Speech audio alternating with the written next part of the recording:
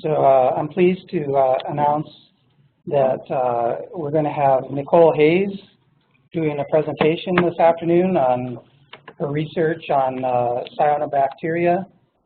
And Nicole is originally from Wisconsin, and she did a bachelor's degree at the University of Wisconsin-Madison, 2006 in botany and zoology. She did a PhD at Miami University in Ohio. She did that in 2015, and her major was in ecology, evolution, and environmental biology. She then went on to do a postdoc at the University of Regina in Saskatchewan, and then recently joined the University of Minnesota as a postdoc. And not sure who you're working with, is it Dr. Kottner? Okay, so we're looking forward to your talk, and thank you very much for coming and talking to us.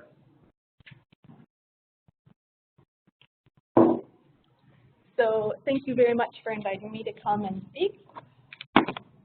And so today I'm going to be talking about what we can learn about harmful cyanobacterial blooms by taking a landscape view of them. So looking at lakes within a region and how they respond to local and global environmental drivers of change.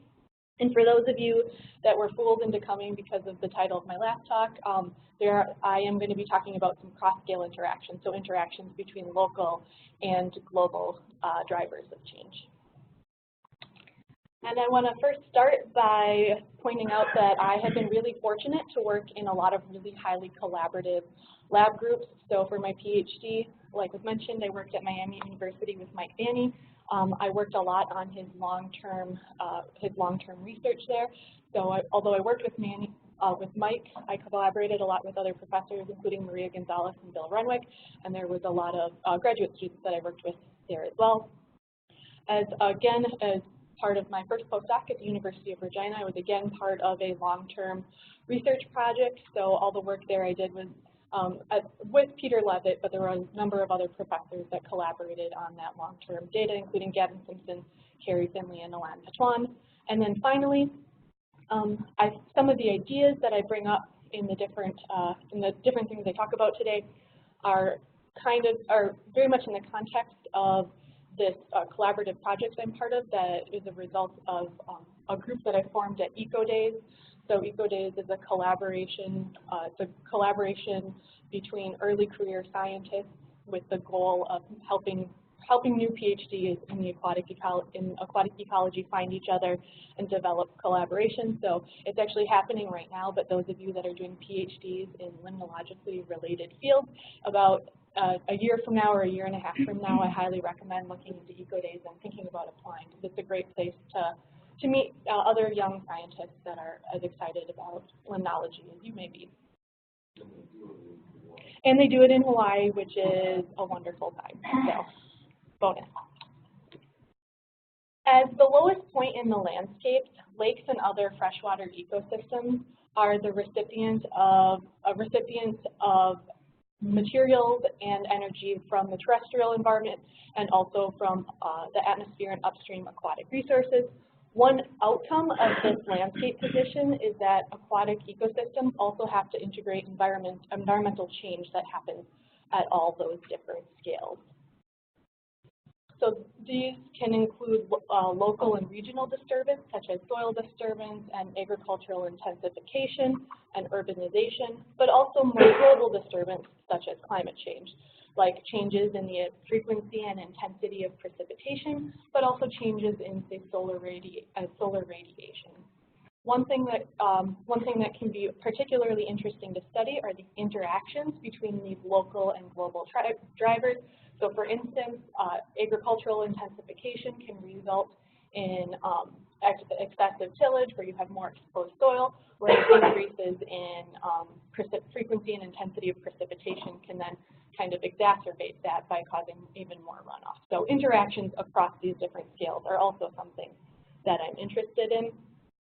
And one of the major end results of all these different types of disturbances is eutrophication. So cultural eutrophication is the increase in primary production associated with human-induced increases in nitrogen and phosphorus. And what I'm really interested in is what the implications are of these increases in primary production. So we know that cultural eutrophication is prevalent across the globe and across the United States. So this figure shows a map of lakes surveyed as part of the EPA's National Lake Assessment. Each point represents a lake that was sampled, and the colors indicate chlorophyll concentration, which is a proxy for the amount of primary productivity. What they found was that 40% of lakes in the United States qualified as highly disturbed based on total phosphorus concentrations, while 35% of lakes were highly disturbed based on total nitrogen. The result of this is high biomass of phytoplankton in lakes across the United States. Again, focus on the points that are red or kind of tan in color, and you can see that almost half of them have chlorophyll concentrations that are elevated. I also want to point out that these elevated chlorophyll concentrations are focused in certain regions of the United States, so it tends to be higher in the central and eastern part of the United States where there's a lot of human population, but also a lot of agricultural activity. One of the outcomes of those large amounts of primary productivity is a shift in the phytoplankton community composition to taxa that are associated with poor water quality. On the x-axis of this graph has total phosphorus concentration, but this is also a proxy for chlorophyll. So left side tends to be less productive, lower nutrients, right side is higher productivity. And basically what this graph says is that when you have low primary productivity, you have a diverse phytoplankton community, and as biomass of phytoplankton increases, you shift to a phytoplankton community that's dominated by cyanobacteria. Cyanobacteria can be problematic for any number of reasons. They're not really great food resources for pelagic consumers. So they tend to be really big, so it's hard for zooplankton to stuff them in their mouth. They tend to not have really high concentrations of essential fatty acids that can promote daphnia and eventually fish growth. Not all taxa, but some types of cyanobacteria are also able to fix nitrogen, so they can survive and proliferate in environments that don't have enough nutrients for other types of plankton, and they can also change the nutrient status of their environment. And finally, and this is the reason a lot of people are concerned about cyanobacteria, is that some taxa are able to produce toxins that can have negative human health outcomes, can have negative outcomes for livestock and pets as well. So there's a large interest in managing water bodies to reduce the biomass of cyanobacteria.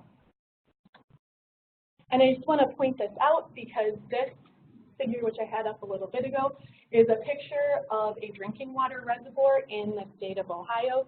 So that's Grand Lake St. Mary's. It's one of the most polluted lakes I've ever studied in terms of nutrient pollution, and it has toxin concentrations that are in excess of the World Health Organization's drinking water level all year around. So even in the middle of winter, there's enough toxins being produced by the cyanobacteria to make it not safe for drinking water reasons. And so today I'm going to focus on 3 separate research questions from my PhD and from my first postdoc. First, I'm going to talk about nutrient drivers of cyanobacteria abundance. Then I'm going to talk about how important nitrogen fixation by cyanobacteria is for eutrophic lakes. And then I'm going to end by talking about some patterns in cyanobacterial toxins and how those are changing over space and over time.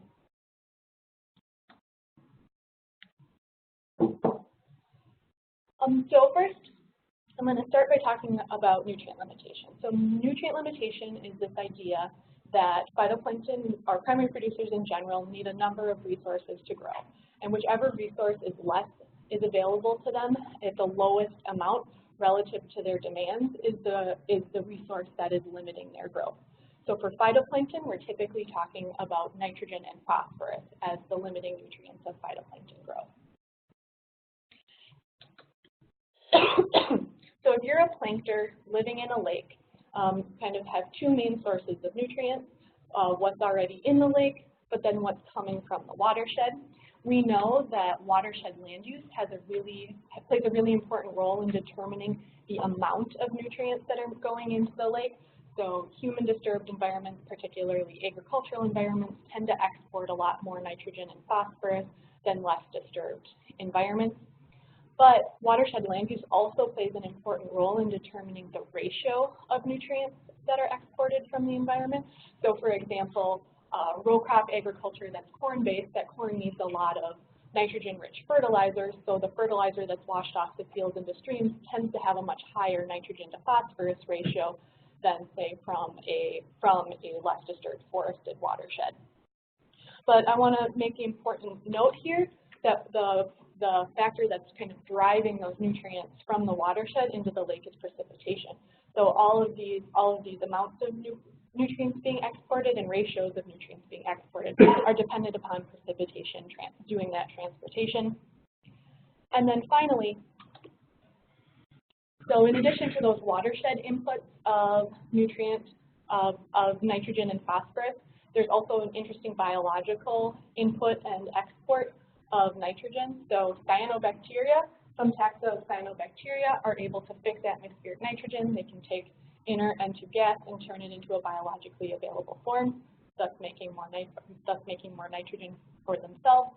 But there's also kind of an out spigot of nitrogen from the biology, and that's denitrification, where they're able to, where bacteria that denitrify take biologically available nitrogen and convert it back into N2 gas. And so with this in mind, I wanted to test two hypotheses. First, that an interaction between land use and precipitation would determine the identity of the limiting nutrients, so that would determine whether or not nitrogen or phosphorus was limiting. And then I wanted to test the hypothesis that nitrogen limitation promoted cyanobacteria or favored cyanobacteria in lake phytoplankton communities. I tested these hypotheses by surveying a series of reservoirs across Ohio. So this is just a map of Ohio with the 42 reservoirs that I studied. Their watersheds are delineated in black. I want to point out a couple things. First, that the state of Ohio has a really strong gradient of land use. It's predominantly row crop agriculture in the northwestern part of the state, and it's forested in the southeast part of the state. I also want to point out that the watersheds of the lakes I studied cross a fairly large gradient in size. So some of them, especially down in the southeast corner, the water bodies tend to have relatively small watershed areas as compared to in the center part of the state, where they have each reservoir has a really large watershed area. I surveyed each of these reservoirs over multiple years. So each year there's some very different climatic conditions. So one of the years I surveyed had the largest drought. In 2007, had the largest drought it's had, I think, since then there's been a stronger one, but it was one of the strongest droughts on record versus normal precipitation years. At each reservoir, I collected water, I brought it back to the lab, and I used it to do nutrient limitation bottle bioassays. So the bottle bioassays are pretty simple. I put the lake water in a bottle, I amend it with either nitrogen, phosphorus, or leave it as is, let it grow for 2 days, and then compare growth of the phytoplankton with a nitrogen or a phosphorus amendment to the control. And then to determine which watershed and climate variables were important predictors of nutrient limitation status, I used a regression tree analysis. My nutrient limitation variable is actually a ratio of the nitrogen limitation to phosphorus limitation. So there's only one number. If it's a value of less than 1, it's going to be indicated in green, and that is a phosphorus limited sample. If it's a value of greater than 1, it's in blue, and that indicates the lakes are nitrogen limited.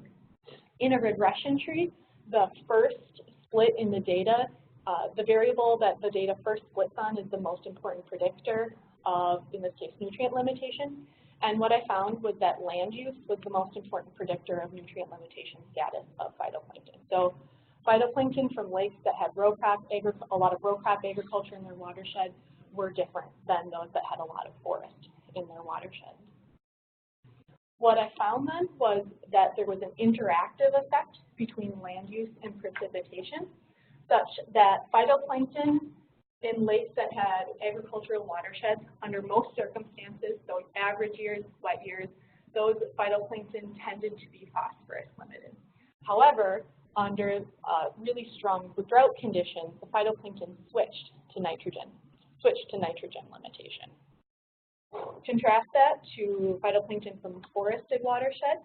And here, again, I found that there was an interaction, this time with watershed area. However, I want to point out that phytoplankton with forested watersheds were always nitrogen limited. It was just that watershed area had an effect on the strength of the nitrogen limited. So for some reason, phytoplankton in lakes that had really large watershed areas tended to be more strongly nitrogen limited than lakes with smaller watershed areas.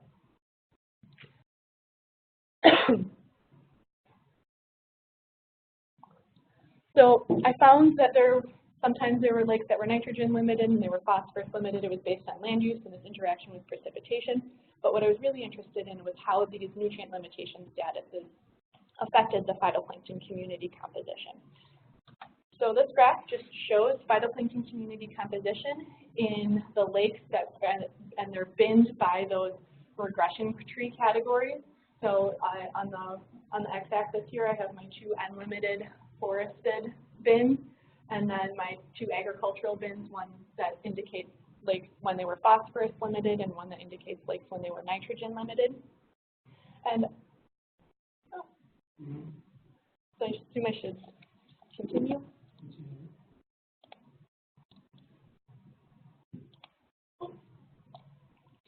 And then I looked at how phytoplankton community composition varied in those four categories. And I broke phytoplankton community down into three groups. I want to note, however, that my three groups are a little bit weird. So I took all taxa that weren't cyanobacteria and I just call them other taxa. So everything that's not cyanobacteria is green. And then I broke cyanobacteria down into two groups. So both of those blue boxes are groups of cyanobacteria, but it's organisms that can nitrogen fix and ones that cannot nitrogen fix. And what I found is that in these forested sites that were experiencing perpetual nitrogen limitation, that the phytoplankton community was still about 50% cyanobacteria, but there was always a relatively high abundance of nitrogen fixing taxa. And I want to note, so I think the traditional paradigm is that if you have a forested watershed, you're going to have more oligotrophic conditions, and you would expect there to be a more even distribution of the different types of phytoplankton. So these lakes are what myself and some of my lab mates like to refer to as Ohio oligotrophic. So even though they're forested watersheds, they still qualify as mesotrophic. So it's not unexpected that they're about 50% cyanobacteria, even though they're the relatively low nutrients in my sampling site. Similarly, similarly, when I looked at the phosphorus-limited agricultural phytoplankton from agricultural sites, similarly, I found that there was about 50% cyanobacteria. However, you'll note that it's only taxa that are unable to fix nitrogen that were present in the community. When you contrast that with the agricultural sites when they're unlimited, these again look more like those nitrogen-limited forested sites. You see when nitrogen limitation when nitrogen limitation of the phytoplankton is happening, the community shifts so that there are taxa there that are capable of fixing nitrogen, potentially to offset that nitrogen limitation that they're experiencing.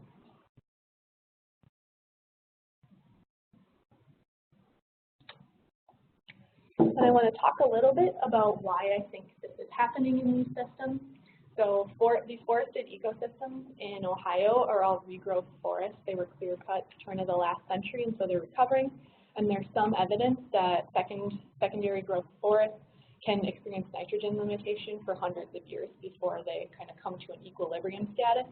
So I'm hypothesizing that it's just the terrestrial plants are sequestering nitrogen and they're using it to grow, and so it's just not as available in those lakes with forested watersheds. In agricultural sites, like I mentioned, there's a lot of corn agriculture, a lot of nitrogen-rich fertilizer. So on on years with normal precipitation, there's just a lot of water moving a lot of nitrogen rich fertilizer off of the landscape and into the lakes. However, when there's drought, not only are lakes then disconnected from that nitrogen source of the landscape, but there's also research that shows that at times when there's long residence time, so when there's no precipitation and the water in the lake kind of just sits in the lake for the entire summer, that really high rates of denitrification can draw nitrogen down to negligible levels, that would then be inducing nitrogen limitation in the phytoplankton. And in fact, there is a grad student who is in my PhD advisor's lab right now that is looking at rates of denitrification and looking at how effective denitrification is at drawing down nitrogen in years when there are drought conditions. And so far, it seems like our hypotheses about what we're happening are in fact true. So what I found as a PhD student suggested that an interaction between land use and climate can affect nutrient limitation status of the phytoplankton, and nutrient limitation status can have really important implications for the phytoplankton community composition, with nitrogen limitation inducing growth of phytoplankton that are capable of fixing nitrogen. However, what is less clear is how important nitrogen fixed by cyanobacteria is for phytoplankton growth. So as a PhD student, or as a postdoc, one of the projects I did looked at rates of nitrogen fixation in a series of eutrophic lakes, both to see how much nitrogen is being fixed by cyanobacteria, but then also to compare that level to the amount of nitrogen needed by phytoplankton to sustain their biomass over the course of any given summer. I did this research, as I said, as a postdoc in southern Saskatchewan. So the box indicates southern Saskatchewan, and I did this research in a series of 7 lakes that are located in the Qu'Appelle River Valley. I'm going to take a moment and just orient you to how these lakes work. So this is the Qu'Appelle River. The Qu'Appelle River is the lakes lie along the Qu'Appelle River. It flows from the west, where it's draining Rocky Mountain glaciers, to the east, where it eventually empties into Lake Winnipeg. 5 of the lakes are along the main stem of the Qu'Appelle River, and 2 of them are on tributary systems. It's a little hard to tell from this graph, but watershed land use is actually really similar in agriculture in land use as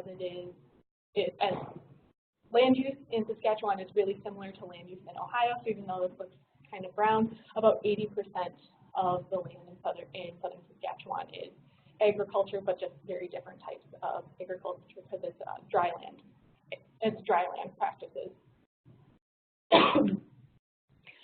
One other thing I want to note is that these lakes have been the site of long-term research this is the 25th year right now. And there's been a lot of research looking at nutrient limitation status in these systems, and there's a lot of evidence that most of these lakes are perpetually nitrogen limited and have been for decades. So with that in mind, that these lakes are all nitrogen limited, just keep that in mind. So each of those lakes was sampled 8 times a year for 20 years, and so at each time point we collected data that I used to calculate phytoplankton end demand, but also rates of nitrogen fixation. So to calculate end demand, I use dark bottle, light bottle incubation, which gives you units of GPP and units of oxygen. I converted from GPP and units of oxygen to units of carbon, assuming a photosynthetic quotient of growth on ammonia. I looked at all the different forms of nitrogen that were present in the system and growth quotients based on those different forms of nitrogen, and it ended up not mattering very much, so I just went with a photosynthetic quotient of growth on ammonia, and then converted from GPP to carbon by multiplying by the carbon to nitrogen ratio of the particulate organic matter of the lake at the same sampling point, and then that gave me GPP in units of nitrogen, which I'm calling nitrogen demand for the rest of this talk. And then to estimate net nitrogen fixation, I use the natural abundance method. The natural abundance method is basically a 2-box mixing model where you look at the change in the delta 15N of the palm, so that's indicated here by these red points, So the delta 15N is the particulate organic matter at the start of the sampling season compared to the delta 15N of the particulate organic matter at the end of the season. In these lakes, most of the water movement has kind of ended by mid-May, so there shouldn't be any additional landscape inputs of nitrogen, and the only biological activity that's going to cause a decrease in the delta 15N of the particulate organic matter is nitrogen fixation. So we're assuming that any drawdown in the delta 15N of the palm is attributable to nitrogen fixation. So you look at that change in delta 15N over time divided by the difference between your delta 15N at the end of your growing season minus the delta 15N of a pure culture of cyanobacteria. So what the delta 15 would be if fixed nitrogen was the only type of nitrogen in those organisms. So you divide those by each other, multiply by the standing stock of nitrogen, and that gives you the amount of nitrogen fixed in a single summer.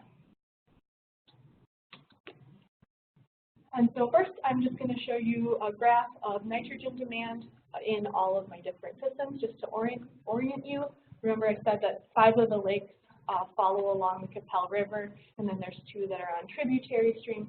But generally, you can think left to right, top to bottom, is upstream to downstream. And what you can see is, as you'd expect, nitrogen demand was the lowest of all the lakes in the tributary reservoir, which is just fed by water that's come from the Rocky Mountains, from glaciers on the Rocky Mountains. So we would anticipate that that would have the lowest productivity, and it has the lowest end demand. You can see as you move downstream, lakes get more productive, but there's a high degree of variability both between lakes and also within years.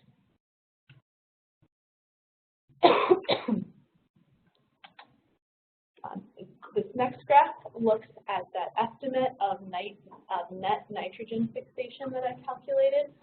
Again, this is a net process because denitrification can cause an increase in the delta 15N of the POM, so it's the net process with any point falling above 0, indicating that nitrogen fixation was the strongest factor affecting nitrogen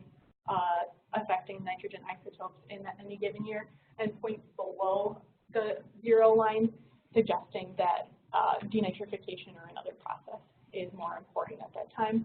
Again, what you can see is that there's a lot of variability both between lakes, but also, or among lakes and also among years within an individual lake.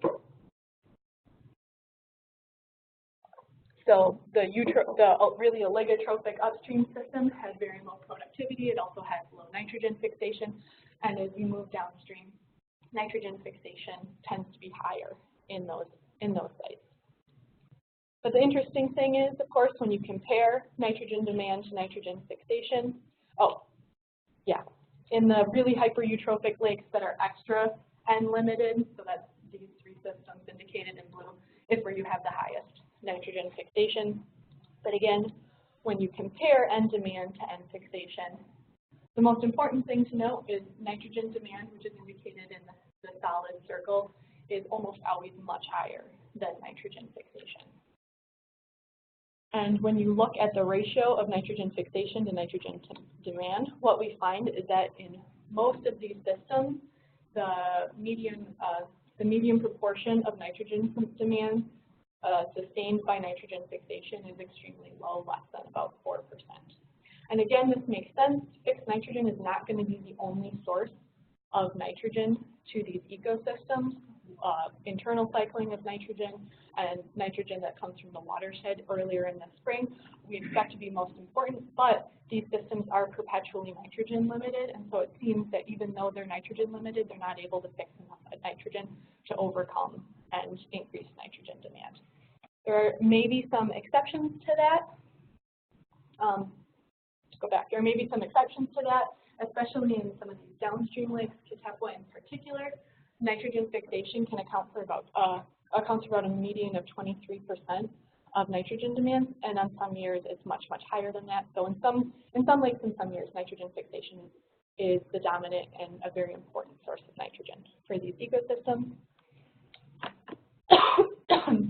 And I just want to note that again, These are all very strongly nitrogen limited, especially as you move downstream. But there's this kind of one outlier right here, which I think is a very interesting case study of local scale or local forcing of phytoplankton communities. So Pasqua Lake is directly downstream of the City of Regina's wastewater treatment plant, which doesn't have any phosphorus, right? So phosphorus removal started from the wastewater treatment plant in the mid-70s, and so nitrogen is not limiting in that system, despite the fact that it is in the surrounding lake.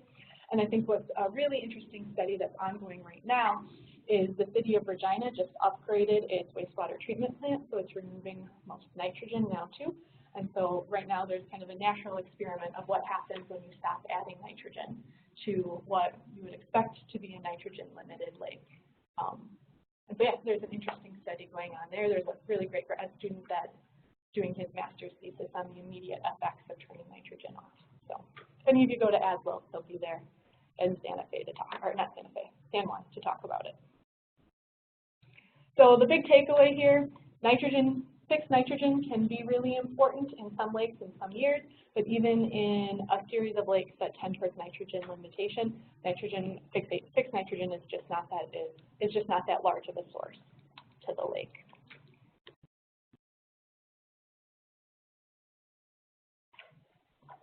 And then finally, so like I mentioned before, kind of one of the main reasons that people are concerned about the expansion of harmful cyanobacterial blooms is because there are taxa that produce toxins.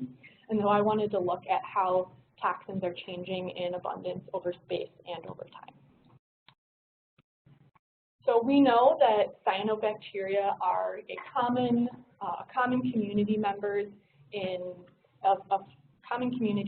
in lakes across the globe. However, there's a lot of evidence that cyanobacteria are becoming the dominant community member in a number of lakes, and that's also happening globally.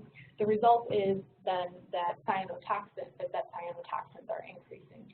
So there are a lot of different types of cyanotoxins that are produced by different species and have different human effects, but the most commonly measured one, and the one that I'm going to be talking about today, is microcystin. Microcystin is the liver toxin. If you swim in lakes that have high levels of microcystin, you can have liver damage. A lot of times it's just sort of, stomach flu kind of stuff, but people have died from exposure to it. And so this graph is also from the EPA National Lake Assessment, and each of these points represents one lake. The black circles indicate lakes that have microcystin concentrations less than the World Health Organization drinking water limit of 1 microgram per liter, while the red dots indicate lakes that had microcystin in excess of 1 microgram per liter. If you recall the chlorophyll graph that I showed earlier, lakes that had the highest amount of primary productivity or the highest amount of chlorophyll, where you'd expect there to be a lot of cyanobacteria, potentially a lot of cyanobacteria, were concentrated kind of in this mid-region of the United States and a little bit on the East Coast. And so the other thing to take away from this figure is that even though we know there are a lot of other lakes that have high productivity and likely high cyanobacteria, that doesn't necessarily mean that we're seeing high levels of microcystin in there. And the question is why would that be? So for research that I did as a PhD student, I found that Ohio, which is in one of the ecoregions that tends to have much higher concentrations of microcystin relative to other parts of the United States, I found that microcystin concentrations in Ohio tended to be relatively low, which turns out was maybe a bit of I sampled on 1 year, and cyanobacteria in 2009 weren't making a lot of toxins. Since then, there have been a lot of lakes that have found elevated levels of microcystin concentration. So even though my concentrations were relatively low, what I found was that their watershed features were an important indicator of when microcystin concentrations were elevated. So I found that lakes that had really long residence times tended to have more microcystin than lakes that had shorter residence time. This makes sense. Cyanobacteria tend to like a really stable environment. So when there's not a lot of water moving, again, that would be when there's lower watershed area to lake area ratios, we tended to see more microcystin. And this is despite the fact that all of these lakes have the graph that I showed you earlier, they tend to have a lot of cyanobacteria. 50% of the community, and even some of the less productive sites, are cyanobacteria. So I was anticipating more, but it seems like watershed scale features are potentially ameliorating some of these other landscape drivers like agriculture and high nutrients. We also know that climate change is supposed to favor cyanobacteria over other taxa. Climate change is potentially going to change stratification patterns, make lakes more stably stratified. Again, cyanobacteria tend to like that. Cyanobacteria also like warm water. There's some taxa that have higher thermal maxima. Again, this is debatable, and there's a lot of variation because cyanobacteria are a really diverse group of organisms, but that's sort of the general thought. So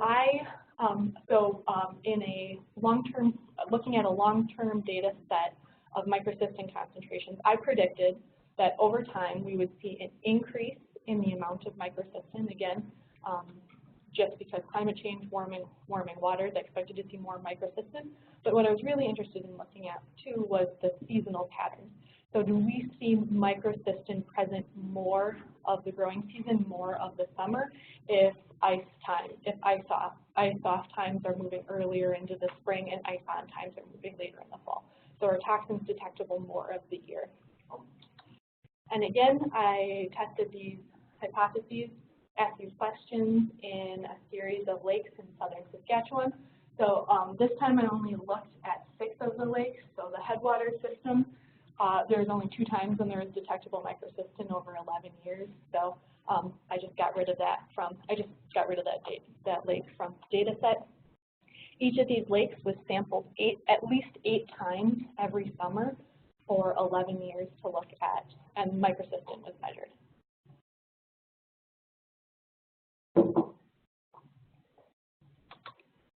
I then modeled microcystin concentration. I modeled the seasonal and decadal patterns in microcystin concentration using a generalized additive model. I used a left-censored gamma distributed model because my microcystin concentrations were frequently below the limit of detection, but the limit of detection is still relatively high for a lot of the kits that you use, for the ELISA kits that I use, and so I couldn't say for certain that they were 0, so I just said I used the left-censored model, and I used a gamma distributed model because the variance in microcystin variance increased with microcystin concentration, so it wasn't normally distributed. I modeled microcystin concentration as a function of lake identity and then an interactive effect of day and year. And what that means is the lake was a random effect. It means that each lake are allowed to have its own, have an independent mean microcystin concentration. And then I modeled an interaction with within year and between year variation. So I modeled a seasonal pattern in microcystin, and that seasonal pattern was allowed to change across years. And this is an example of what the model output looks like for one lake. On the x-axis, I have day of year. So we started sampling in early spring in May and ended at the end of August. And then on the y-axis is microcystin concentration. The points represent actual data that we collected, while the lines represent model output. And then the color of the lines indicates the year. So the shape of these curves is what I was expecting microcystin concentrations to look like. Earlier in the season, there isn't any microcystin because there aren't any cyanobacteria growing. You have communities dominated by spring taxa. As the lakes kind of stabilize and start to get warmer, more microcystin start growing, and then as cyanobacteria concentrations start increasing, they'll start producing more toxins. You have this peak in kind of mid to late summer when I would hypothesize that cyanobacteria would be most abundant. And like I was expecting, here we see that this concentration is increasing over time. So early in my data series in the mid-2000s, concentrations are low, and as you move over time, so in the more recent time, concentrations increase. And here we had some values in excess of 10 micrograms per liter and then one really high sampling point. So this is what I was expecting to see.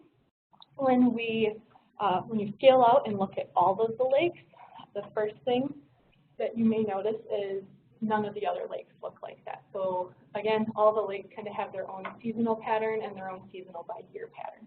Again, many of them have what I would expect. It's low in the spring, it increases over time, and then some of them decrease at the end of the season. I want to point out here that Buffalo Pound is the drinking water reservoir for the city of Regina and Moose Jaw. But what we found is that in recent years, specifically in 2016 and 2015, detectable microcystin was detectable at our first sampling date. So in really recent years, there isn't a spring period. There is, at least when we sample, there isn't a spring period that's microcystin free.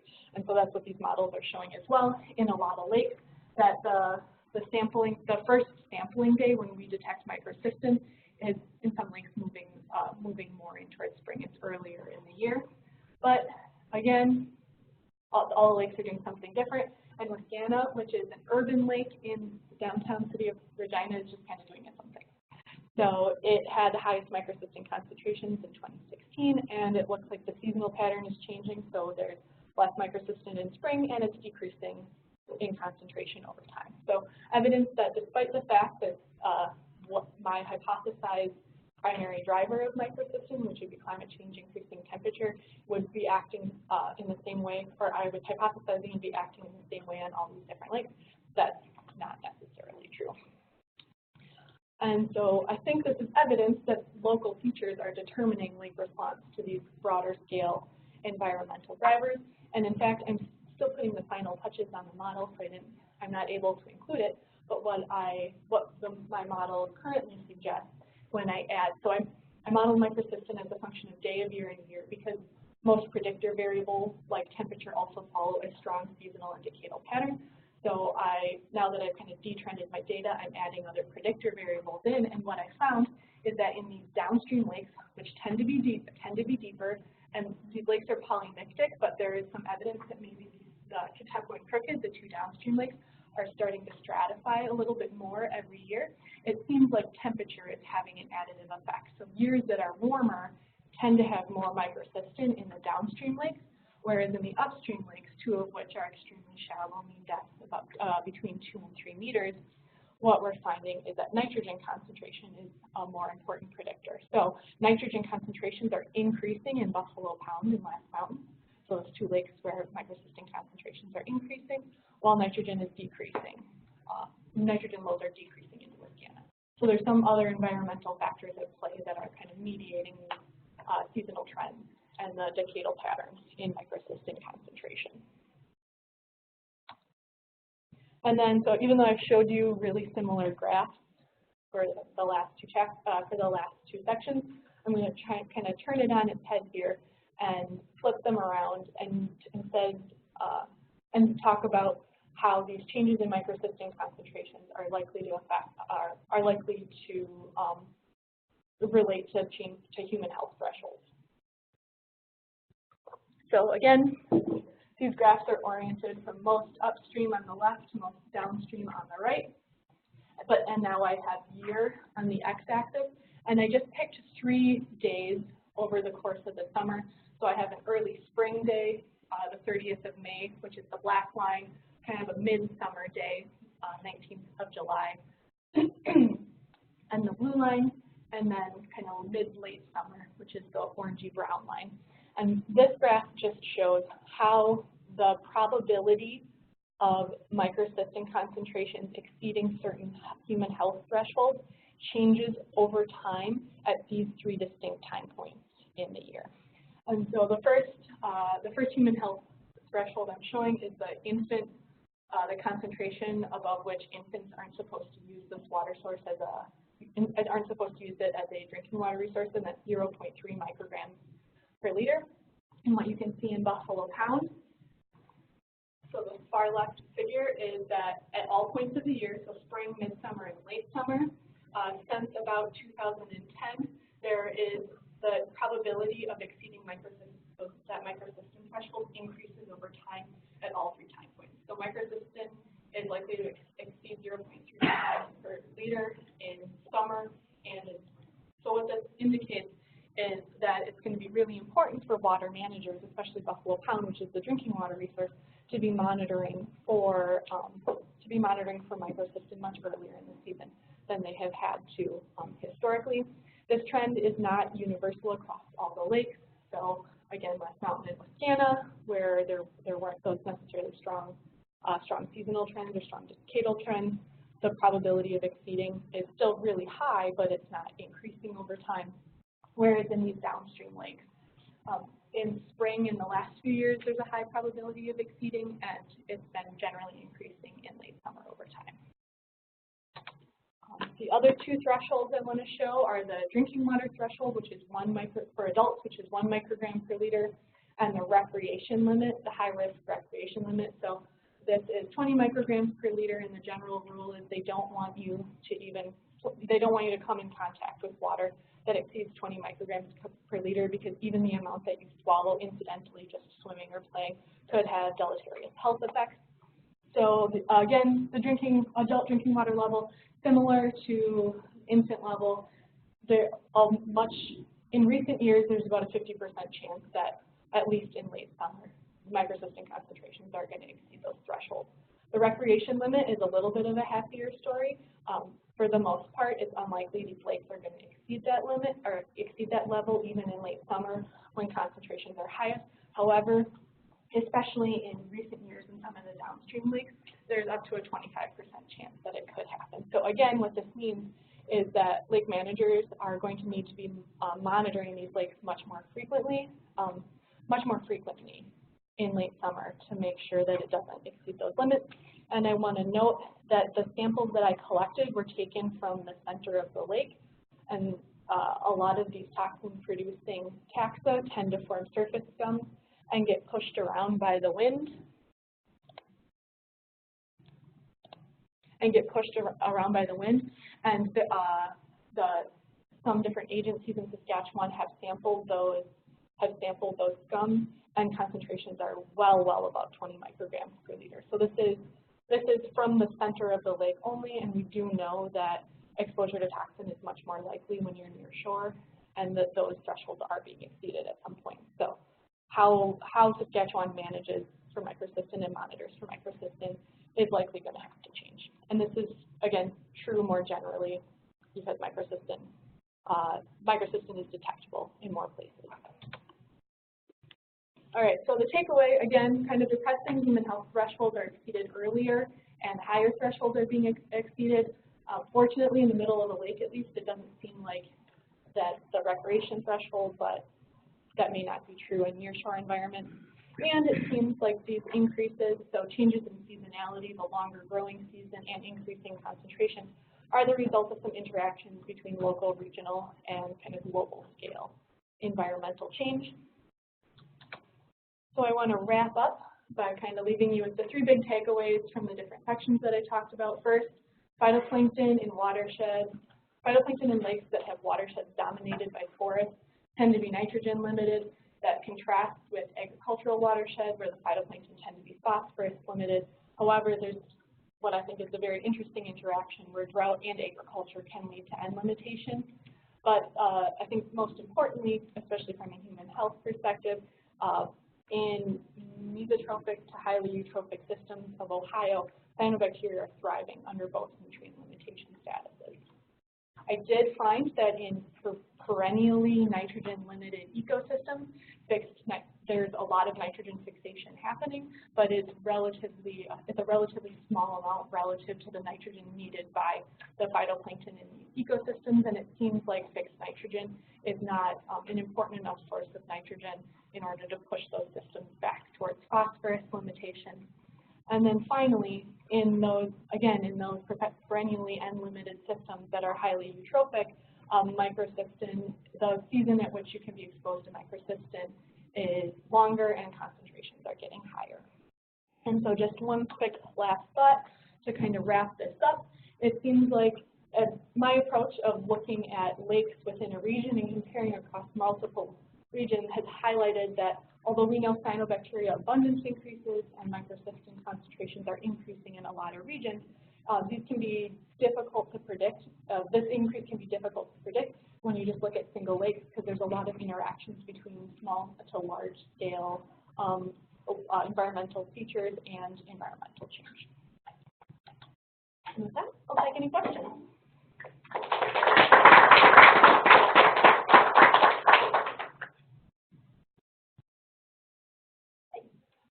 So you talked about drinking water, and right now I don't have any background with it. So like, is there like a common practice for like when they start monitoring for the toxins, or how does that work? So I know in Ohio that really gross, like I showed Grand Lake St. Mary, they actually went and met with the drinking water treatment plant, and there they sample all year long. So they do profiles, I think, every couple of days, and they're looking at microcystin concentrations.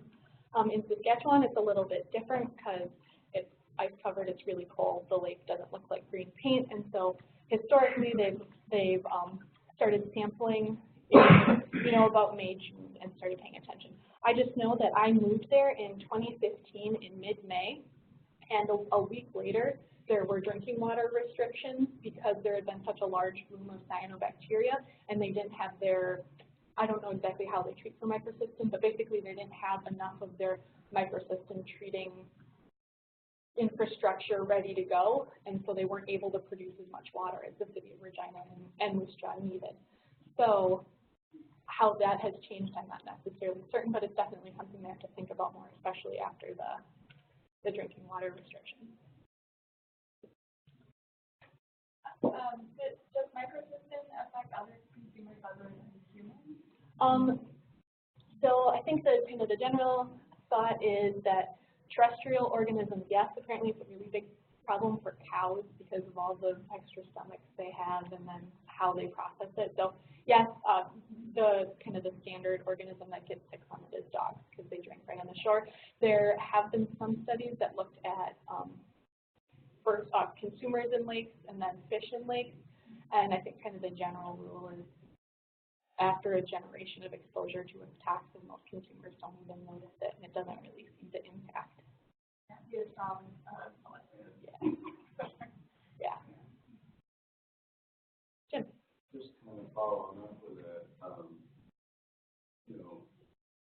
well, one, I'll just make a point. So I think,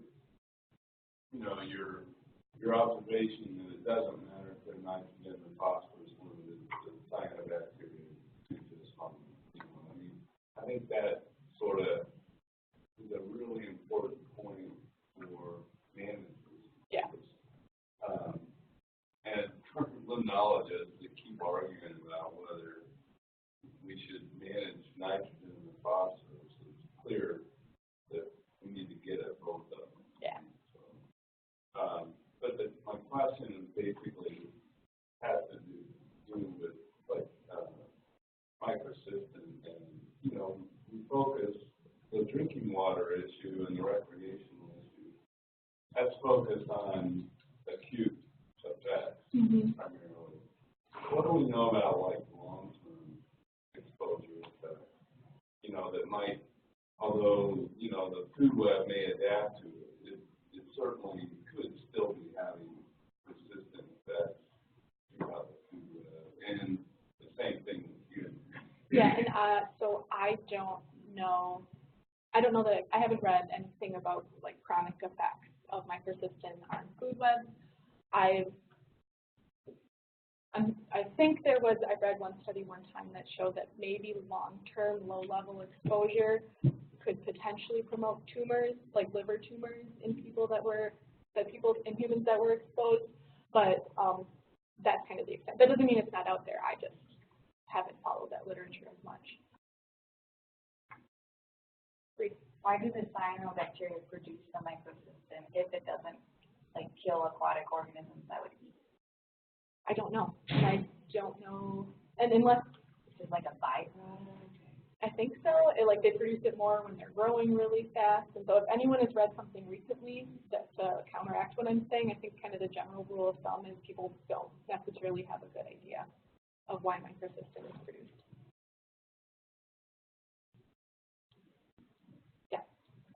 Just a quick question. The picture of the lake you have that looks like green paint. Yeah. what was the secchi on that? Do you know? Oh, it sits on the surface.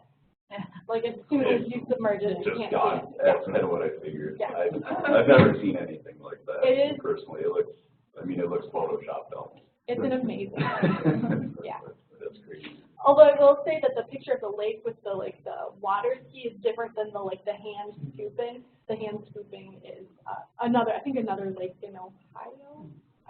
I didn't put my attributions on, but yeah, the Grand Lake St. Mary's water ski one is when you bring like a 4 liter of water back to the lab just to see if it stratifies, it just stays green paint for a full day. It's all planktothric. Anybody that's in the cyanobacteria taxonomy, but yeah. I'm going to go. Would you gain any new insights into understanding the productivity of these systems if you looked at the carbon as well as the nitrogen and the phosphorus from a stoichiometric point of view? In terms of the productivity and the the nutrient limitations. Yeah, so I mean, I didn't personally do any of the primary productivity estimates in these lakes, but my PhD advisor did. He did C14 and looked at production in these lakes the whole time. And yeah, I mean, it could be really interesting to look at kind of a coupled nitrogen carbon approach to look at how carbon cycles, how that affects nitrogen cycling type of, yeah. That was a sort of a mushy non-answer, but yeah, it could be interesting to look at coupled cycling. You have a question? Yeah, you had with the sample watersheds either forest dominated or agriculture dominated. Is there any research showing there's a certain threshold proportion of forest dominated systems that will counteract that nitrogen coming off the ag land and that can be used as an management? My guess is yes, but I do not know. So.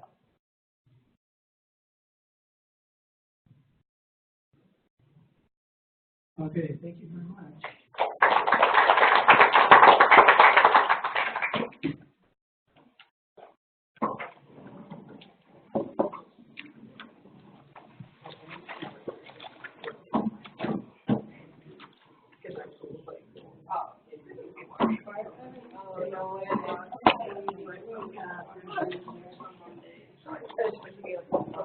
Sorry for the non-answer to your question. That's fine.